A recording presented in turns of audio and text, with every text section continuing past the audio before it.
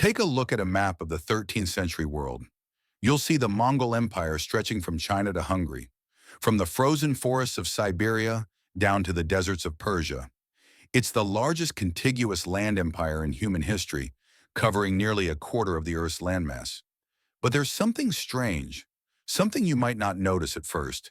There's a gap, a massive gap, right there in the Indian subcontinent, one of the wealthiest, most populous regions in the medieval world. And Genghis Khan, the man who conquered half the known world, never touched it. Not because he didn't want to, not because he didn't try. So what stopped him? Today we're going to explore one of history's most fascinating mysteries. And the answer involves giant war elephants, killer heat, and possibly a mythical creature that spoke human language. This is the story of why even Genghis Khan knew when to be afraid. Let's establish something first. By the 1220s, Genghis Khan was essentially unstoppable. Northern China, conquered. Central Asia, conquered. Persia, conquered.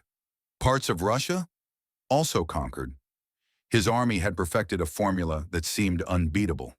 Cavalry that could travel 60 miles a day, 4 times faster than European armies. Tactics so flexible they could defeat armies twice their size. Psychological warfare was so effective that cities would surrender without a fight just hearing that the Mongols were coming. The Mongol war machine was the most advanced military force the medieval world had ever seen.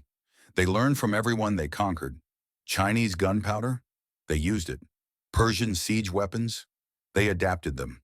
Nothing could stand in their way. By 1221, after crushing the Khwarezmian Empire in Persia, Mongol forces reached Afghanistan. Just beyond that lay the Indus River, the natural border with India. Everything seemed ready for another conquest. Another empire was added to Genghis Khan's collection. And then, something unexpected happened. The great conqueror stopped, turned his armies around, and never came back. For 8 centuries, historians have debated why. And the truth? It's even stranger than you might think. Let me tell you a story that's been recorded in the official Mongol histories. According to the historian Jia, who wrote the Yuan Shi, the official history of the Mongol Yuan dynasty, here's what happened when Genghis Khan's armies reached the Indus River. It was the height of summer. The heat was suffocating, nothing like the cool steppes of Mongolia. Mist rose from the river, creating an almost dreamlike atmosphere. The Mongol soldiers, dressed in their thick leather armor, were already exhausted from the heat, struggling to breathe in the humid air. As they approached the riverbank, preparing to cross, something emerged from the water. A massive creature, unlike anything the Mongols had ever seen. Genghis Khan immediately ordered his archers to prepare their bows. They were going to kill this beast, whatever it was. But then, something impossible happened. The creature made a sound. Not an animal roar, not a growl, but something that sounded exactly like human speech. 4 words, Nu Chua Tao Huan, which translates to, Your Majesty, return early, or You should go back now. The advisor Jia immediately stopped the archers. He turned to Genghis Khan and said, This is a divine beast called Luduan. Heaven has sent it to warn you. You must obey the will of heaven and withdraw. Genghis Khan, who called himself the Son of Heaven, consulted with his generals. And then, incredibly, he gave the order to retreat. The Mongol army turned around and never invaded India. Now you might be thinking, come on, a talking monster? Really? And you're right to be skeptical. But here's what's fascinating. The Mongols deeply believed in signs from nature. Genghis Khan saw himself as carrying out heaven's will. If heaven told him to stop, he would stop. But was that really all there was to it? Or was this mythical story a convenient way to explain a more practical decision, one that involved brutal military calculations? Let's look at what Genghis Khan was really facing at that river, because the truth is far more interesting than mythology. Here's what you need to understand about the Mongol military advantage. It was built entirely around their environment. The Mongolian steppes are cold, dry, and flat, perfect for cavalry warfare. You can see enemies from miles away. Your horses can gallop at full speed for hours. The grass is perfect for grazing.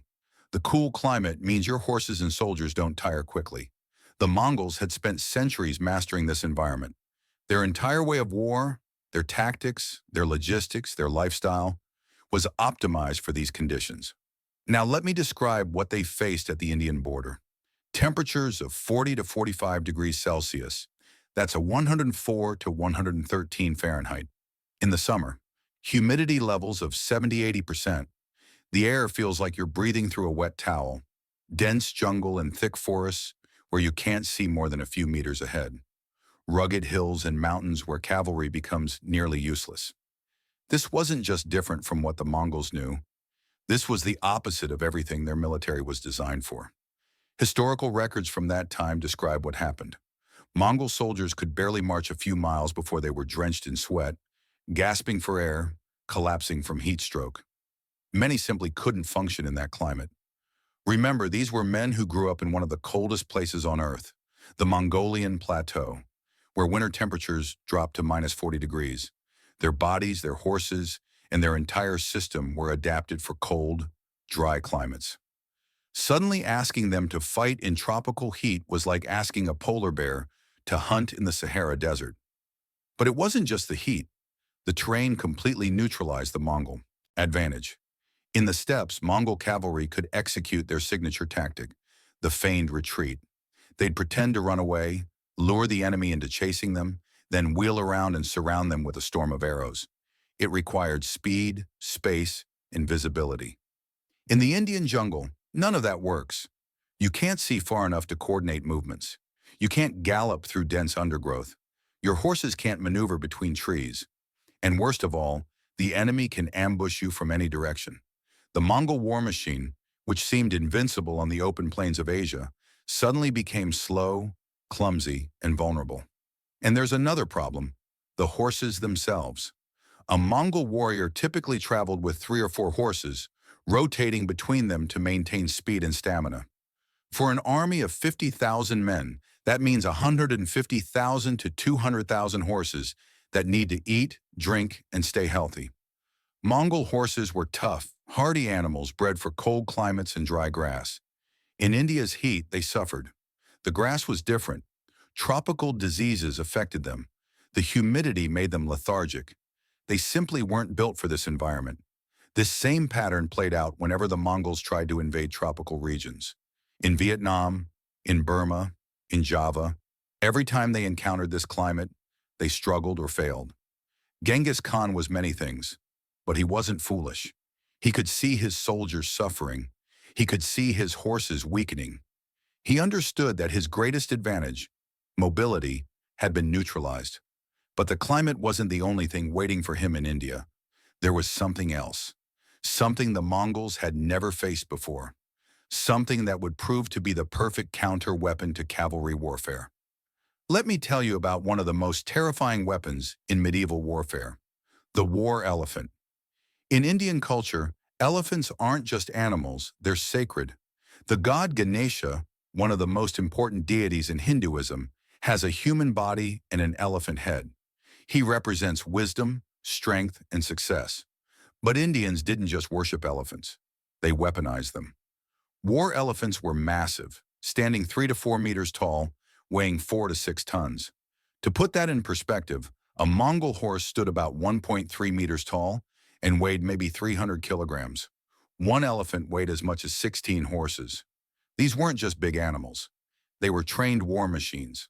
On their backs, Indians would build wooden towers that could hold 4 to 6 warriors, armed with bows and javelins. The elephant itself would be armored, with blades attached to its tusks, and then they'd be trained to charge directly into enemy formations. Now imagine you're a Mongol cavalry soldier. Your entire fighting style is based on speed and mobility. You're on a horse that weighs 300 kilograms. You're used to being the most powerful thing on the battlefield. And suddenly, coming at you is a 4-ton monster that's taller than a house, making sounds you've never heard before, with half a dozen warriors on its back raining arrows down on you. What happens? Your horse panics. That's what happens. Horses are naturally afraid of elephants. It's instinctive. The smell of an elephant, the sound of an elephant, it triggers a fear response in horses. They don't just get nervous. They bolt. They throw their riders and run. All of the Mongol advantages, The coordinated cavalry charges, the precise arrow volleys, the tactical retreats, all of that requires control over your horse. If your horse is in a blind panic, you have no control. You're not a fearsome warrior anymore. You're just a man on a terrified animal trying not to die. But it gets worse. Elephants don't just scare horses, they kill them. An elephant can use its trunk to pick up a horse and throw it. It can crush a horse under its feet. Its tusks can gore through armor. And the warriors on top, they have the high ground. Medieval warfare was all about elevation. Castle walls, hills, anything that gave you a height advantage. Well, an elephant is a mobile castle. Warriors on an elephant can shoot down at cavalry with devastating accuracy. The Mongols had never encountered anything like this. Let me give you some historical context. In 326 BCE, about 1,500 years before Genghis Khan, Alexander the Great invaded India. At the Battle of Hydaspes, he faced King Porus, who had about 200 war elephants. Alexander the Great, one of history's greatest military minds, with battle-hardened Macedonian phalanxes, with cavalry, with siege weapons, against an army that included elephants, he barely won. His casualties were enormous. His soldiers were so traumatized by the experience that they refused to march deeper into India. Alexander, who had conquered from Greece to Afghanistan without stopping, was forced to turn back. And Alexander had advantages that the Mongols didn't. His army was primarily infantry, foot soldiers with long spears who could stand their ground. The Mongols were cavalry, and cavalry is exactly what elephants are designed to destroy. Plus, Alexander had encountered elephants before, in Persia. His army had some idea what to expect. The Mongols, this would be their first time. Now let's talk about numbers. Indian kingdoms could field thousands of war elephants. The Maurya Empire, at its height a few centuries before Genghis Khan, maintained 9,000 war elephants. Even in the 13th century, major Indian kingdoms could muster 2,000 to 3,000 elephants for war. The Mongol invasion force? About 50,000 cavalry. Do the math. If India deployed even 2,000 war elephants, and each elephant could disrupt dozens of cavalry, the Mongols would be facing a nightmare scenario. Their cavalry would be scattered by elephant charges. Their archers couldn't effectively target elephants. The animals were too massive, too well armored. And hand-to-hand combat? A man on a horse against a war elephant? That's not a fight. That's a massacre. Genghis Khan built his empire on calculated risk. He fought when he had the advantage. He adapted tactics to overcome obstacles. But how do you adapt to an enemy that's specifically designed to counter everything your army does well? You can't teach horses not to fear elephants. It's biological. You can't outrun an elephant charge in dense jungle. You can't shoot them all down before they reach you. For the first time in his career, Genghis Khan was looking at an enemy he couldn't figure out how to beat. But even beyond the elephants and the climate, there was another problem, a strategic one. Let's think about this from Genghis Khan's perspective for a moment. He's standing at the Indus River. Behind him, thousands of miles of territory he's just conquered. Ahead of him, India. What does a successful invasion look like? First, logistics. India is thousands of miles from Mongolia. The supply lines would stretch across some of the most difficult terrain on Earth. Mountains, deserts, rivers. In that tropical heat, with no grasslands for horses, maintaining an army would be a logistical nightmare. When the Mongols invaded China, they could live off the conquered land. When they invaded Persia, the climate was similar enough to their homeland. But India? Completely different. They'd need constant supplies from the north, through difficult terrain, across hostile territory. Second, what's the prize? Yes, India was wealthy, but that wealth was in cities with strong fortifications, in a population that knew how to defend their homeland, in terrain that favored defenders. This wasn't like the steppes of Central Asia, where you could sweep across open land and force submission quickly. This would be a long, grinding campaign, city by city, through the jungle and heat, against war elephants and diseases your men have never encountered. And for what? The Silk Road, the great trade route that made controlling Central Asia so valuable, didn't run through India. There was wealth, yes, but was it worth the cost? Third, the risk. If Genghis Khan pushed into India and failed, if his army got bogged down, weakened by disease and heat, cut off from supplies, he could lose not just the campaign, but his best troops, his elite forces, the very men who had conquered half the world. And back home, rivals would notice that weakness. Other enemies might seize the opportunity. The empire itself could fracture. Compare that to his other options. To the west lay the wealthy cities of the Middle East and eventually Europe. To the east, the rest of China was still unconquered. Both of those campaigns could be fought on terrain favorable to Mongol tactics. Genghis Khan wasn't reckless. He was calculating. He chose battles he could win. He avoided fights where the odds were against him. In India, the odds were terrible. So he made a choice, a strategic withdrawal. Not because he was defeated in battle, he never fought one, but because he recognized that this was a fight he couldn't win, or at least couldn't win without unacceptable losses. Sometimes the greatest victories come from battles you choose not to fight. So what really happened at the Indus River? I think all of these factors came together. The mythical story of the Luduan, the divine beast that spoke to Genghis Khan, that's probably how the Mongols explained the decision to their own people. In their culture, you couldn't just say, "We're scared of the elephants and the heat." You needed a grander narrative, a divine sign, a message from heaven. It's face-saving. It's storytelling. But underneath it lies a more practical truth.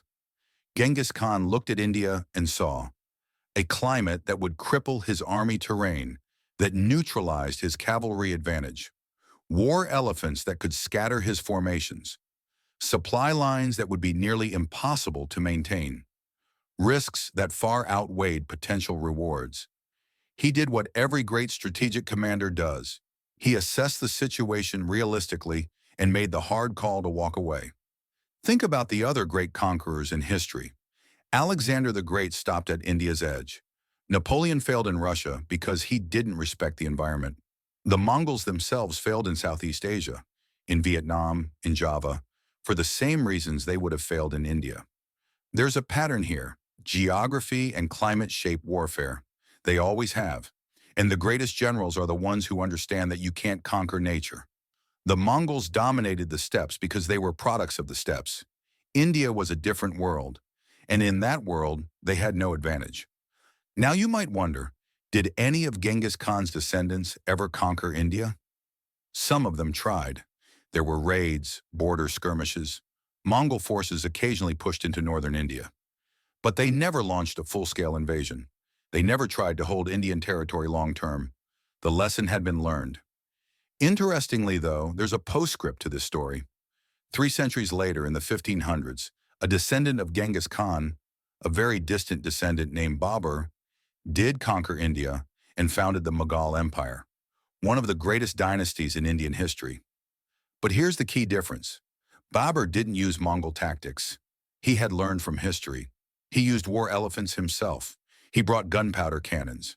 He adapted to Indian warfare instead of trying to impose Mongol-style cavalry tactics. He worked with the environment instead of against it. In other words, he succeeded precisely because he didn't fight like a traditional Mongol.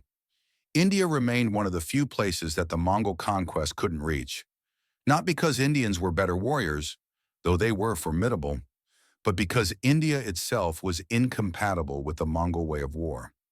It's a reminder that military power isn't absolute. It's contextual. What makes you invincible in one environment makes you vulnerable in another.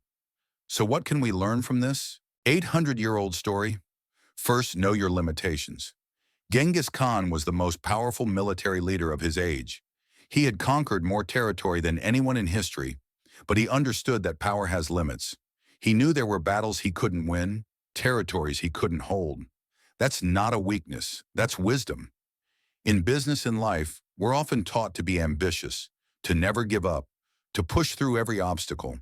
And there's value in that persistence. But there's also value in recognizing when you're fighting a losing battle, when the costs outweigh the benefits, when you're trying to force something that isn't meant to work.